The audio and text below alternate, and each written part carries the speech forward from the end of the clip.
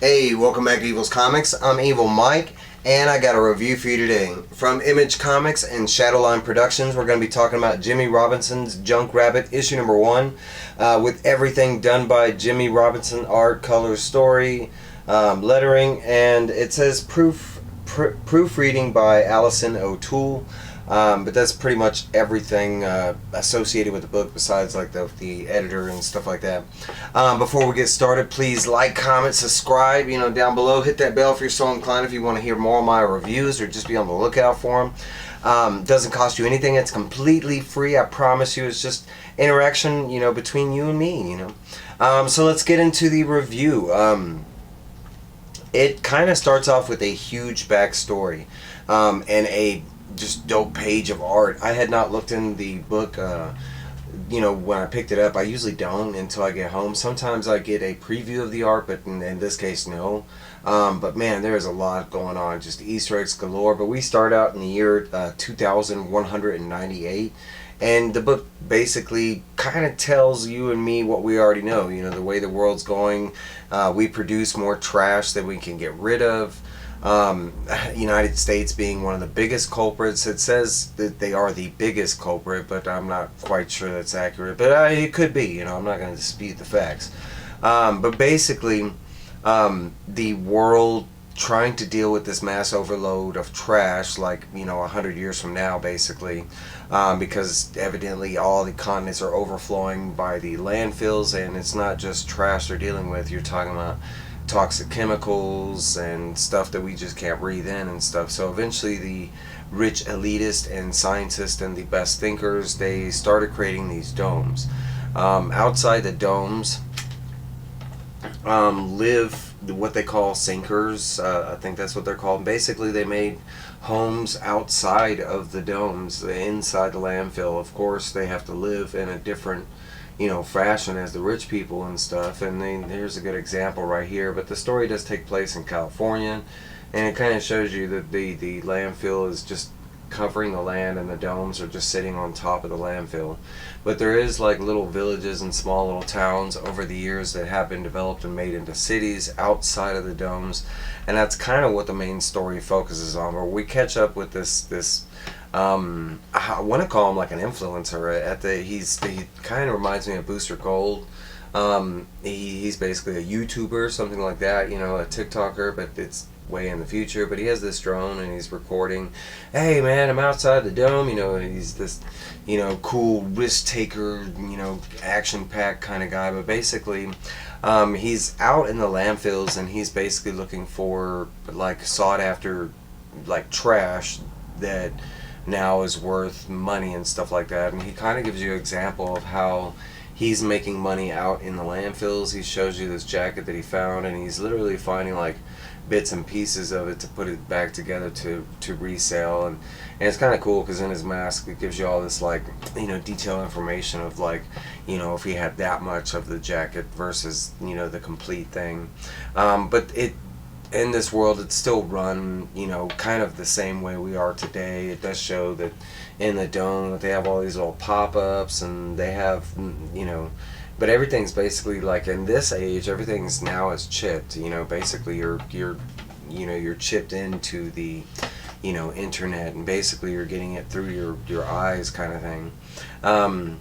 So this guy's out here and he's action casting the landfill or whatever, and he kind of states the obvious that out there in the landfills they don't have any rules. The government is not outside the domes, they're inside the domes. So whatever happens outside in the landfills, happens out in the landfills kind of thing. And as he's out there, he ends up seeing these other people that are he called sinking or whatever. And he ends up trying to call over to him. As he's doing this, he kind of catches something out of his periphery. You'll see right here, it's in the shape of a bunny, and you see him a little up closer. But eventually, this bunny-shaped figure, and I'll move my hand so you can see it, eventually cuts him from behind as he's stating, I'm royalty, I'm somebody big in the in the dome, blah blah blah. None of that saves him. Eventually the rabbit figure does disfigure this influencer, ends up chopping off his head and throwing it off in the in the landfill or whatever. The drone does call like the paramedics automatically, like the police, paramedics, all that kind of stuff. And the book kind of jumps over to really our main story. This is like the background of the main story. It's basically like a murder mystery, and that's where it looks like it's going to begin. But I don't know if that's how it's going to continue. But we're inside the domes, and we are catching up with this guy named Richard Masters, shown here. There's a little like biography that catches up from the characters that we've been introduced so far. That influencer, and his full title is Donald Masters, connected to the guy we're about to meet. But he was an infamous thinkler, nicknamed Steeper, unlived murdered, died, breached dome borders, wandered into the landfills. Basically, he wandered into the landfills and got murdered. That's what it says in his bio. But then we meet his father, which is, he's basically like the president and CEO, I don't know, of this dome or whatever. He's like the most important, figure you can come across, and it just happens to be this guy's son that got murdered. So next we meet this detective, Detective Sheila Omina, shown kind of right there, but I'll show you a little better picture in a second. But basically he hires this detective to work with the police. They do show like the police going to the murder scene. This is the detective that I just mentioned, but we'll see her up close a lot more. And at this point it's basically like, she's already, like, at this point they go to the scene, they recover what evidence she could, and then she goes back to Richard Masters because that's who she's kind of reporting to besides the police. At this time we get a conversation, and that's her shown right here in the top hat.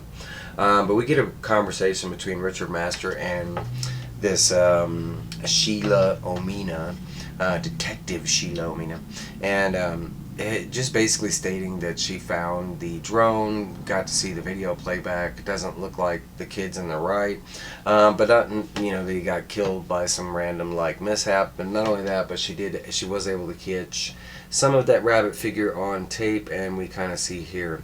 He right here is kind of where we get the backstory of the junk rabbit. The junk rabbit is supposed to be this mythical figure that has existed for a long time outside in the landfills.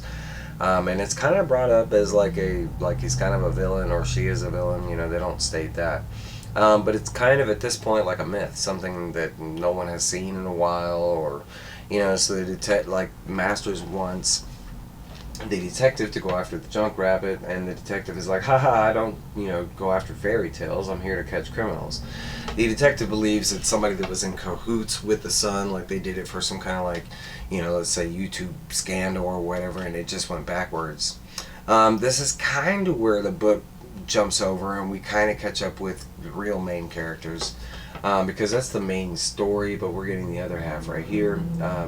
But this is the landfill, and it's called, if you can see up here, the Sink. But we run into like basically three of our main characters. It's these two sisters up here. I think it's Sylv, Ash, and eventually we get to meet this guy that pops in named Lance. They're all connected from childhood. Basically, they're running this fix-it store that finds junk and they fix it up. I want to say Sylv is the like mechanic type sister, and Ash is the supposed to be the hotter sister, but that when we first meet them, they're just talking about fashion and stuff like that. They're actually talking about sunglasses, which where they are, they don't need sunglasses because there's this kind of fog covering that covers up the sky or something like that. We do find out that Ash and Lance are romantically together, but we do see that Sylv kind of has feelings for Lance as well. We find out from Lance that he's an inventor, and he has been his whole life, but he's trying to like bring back telephone technology. He's building towers and stuff like that, so like the landfill cities can have a way to communicate. Basically, we get this small little like flashback that kind of like cements how much of a friendship they had and how they grew up together, like Lance, Sylv, and Ash. But there is something that comes up, and it's basically with Sylv and how she had this crush on Lance, before Ash end up getting with Lance, and she was trying to write this message and stuff, and they end up going to meet Lance to go off on this junkyard mission thing, and lo and behold, her sister has already got there before she got there and claimed her prince before her sister could do it. Early bird gets the worm kind of thing. And it carries over into present day. We go back to our present day while they're having the conversation, where we just met Lance, and we find out that Ash and Lance are romantically connected, and then Sylph kind of takes off. Ash doesn't understand why. She's like, hey, what the, but it's because she's reminiscing on the past and how she kind of missed her chance with Lance.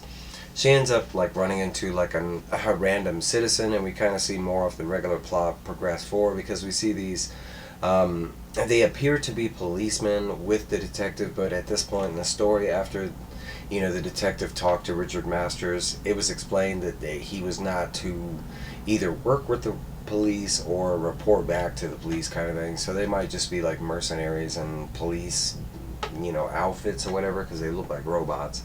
But at this time, the cops are just going through, and not the detective, but just the cops are going through this village, and basically this landfill city, and they're beating the hell out of people trying to get information about Junkrabbit. No one really knows, because at this time it still is kind of a myth. There is something that important pops up, that there is these a religious set that is all their Jesus is Junkrabbit. So they're like these cultists that believe in the Junkrabbit. One of the policemen grabbed the cultivist, hoping to get an answer from them, but the cultivists, they just keep spreading the word of the rabbit, and they keep kind of spouting the same stuff that most religious people would be while they were facing, a gun in their face. But eventually it does go sour. These people, the cops are like, hey, we're going to count off to 10. After that, we're going to start capping people if we don't get information about the Junkrabbit. The detective shines off against this, stating that that's not what they're there for. They're just there for information, not really blood or revenge or anything. The cops just doing what they're, want to do, and eventually they do end up killing that religious set. Well, all those people that they have lined up, but they are all rabbit activists, I guess you could say. But during that whole thing, the cop did present something to the detective. He said, if those people didn't understand threats and stuff like that, maybe Junkrabbit spoke in blood. And sure enough, after they kill those 4 people, whatever, ta-da, Junkrabbit shows up, and the cop is like, he does speak blood, and the detective is kind of amazed.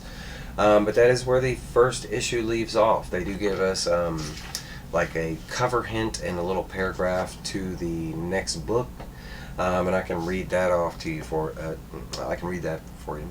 The ruler of Dome City continues to hunt the elusive Junkrabbit as the bodies pile up. Meanwhile, an old book unearthed in the homeless city reveals the mysterious origin of the Junkrabbit, but the truth of the past is not welcome news, is what we have. But that is that is the review, and I'll let you know some of my thoughts. It was amazing. It was a lot better than I thought it was going to be. I had no idea what to expect, because I had not seen any kind of synopsis on the book or anything. All I had to go on was the art, and that's what drew me in. But the art inside is fantastic. Oh my god. Just this one panel alone, there's so many different Easter eggs, and they're talking about the fall of ages, and we see Texaco and Exxon and Enron. There's so many different Easter eggs in here. It's crazy. But another thing that was really surprising is I've seen the 3 different covers on a couple different store variants for this first issue, and I did not know that it was going to be a female that was the Junkrabbit. It kind of looks like a guy, and learning that it is a girl, I thought it was a lot cooler after I found it was a girl and not a guy. That kind of sparked my interest more, now that we know it's kind of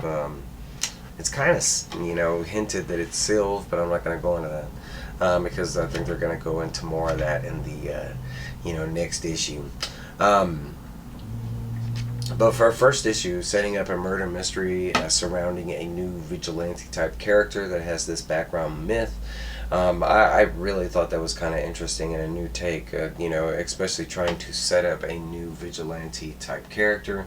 Hey, but these are my thoughts, these are my opinions. Let me know down below what you thought.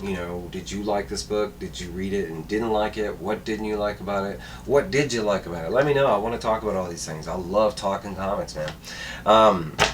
But that's what I got for you. I have more reviews coming, and there's a lot going on this Monday night. But that's it, guys. I'll see y'all later.